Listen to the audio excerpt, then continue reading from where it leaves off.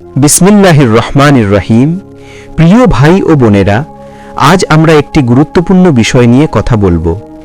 কেন কিয়ামত হবে এবং কেন জাহান্নাম সৃষ্টি করা হয়েছে। আল্লাহ তাআলা মানবজাতিকে উদ্দেশ্যহীনভাবে সৃষ্টি করেননি। তিনি আমাদের জীবন, বুদ্ধি, বিবেক এবং সঠিক ভুলের পার্থক্য বোঝার ক্ষমতা দিয়েছেন। পৃথিবীতে আমরা পরীক্ষা দিচ্ছি কে সত্যকে অনুসরণ করবে আর কে মিথ্যের পথে হাঁটবে। কিয়ামত স্থাপন করা হবে ন্যায়বিচারের জন্য। এই দুনিয়ায় অনেক অন্যায় অপরাধ আছে যা মানুষের আদালতে বিচার হয় না। কেউ গোপনে জুলুম করে, কেউ প্রকাশ্যে, কিন্তু আল্লাহর কাছে কিছুই লুকানো নয়। সুতরাং কিয়ামতের দিন হবে সেই মহাদিন যেদিন প্রত্যেক মানুষ তার কাজের সম্পূর্ণ প্রতিদান পাবে। আল্লাহ বলেন, যে পরিমাণ সরিষার দানা পরিমাণ নেকি করবে সে তা দেখতে পাবে, আর যে পরিমাণ সরিষার দানা পরিমাণ মন্দ কাজ করবে সে তাও দেখতে পাবে। তাহলে জাহান্নাম কেন?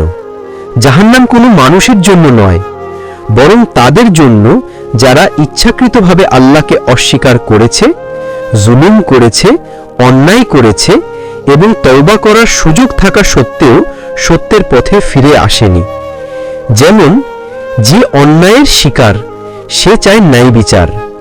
আল্লাহর ন্যায় বিচার হল শতলোককে পুরস্কৃত করা জান্নাতে এবং অত্যাচারী, অহংকারী, পাপাচারীকে শাস্তি দেওয়া জাহান্নামে।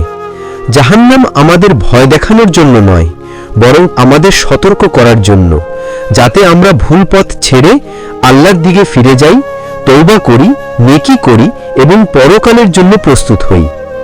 আসুন আমরা আল্লাহর কাছে দোয়া করি, তিনি যেন আমাদের তৌফিক দেন সঠিক পথে চলার, আমাদের ভুলগুলো ক্ষমা করার এবং আমাদেরকে জান্নাতের উত্তরাধিকারী করার। আল্লাহ আমাদের সকলকে হেফাজত করুন, আমিন। এরকম আরো অনেক ভিডিও পেতে পেজটিকে ফলো দিয়ে রাখুন। অবশ্যই যদি কথাগুলো ভালো লাগে লাইক, কমেন্ট, শেয়ার করে দেবেন।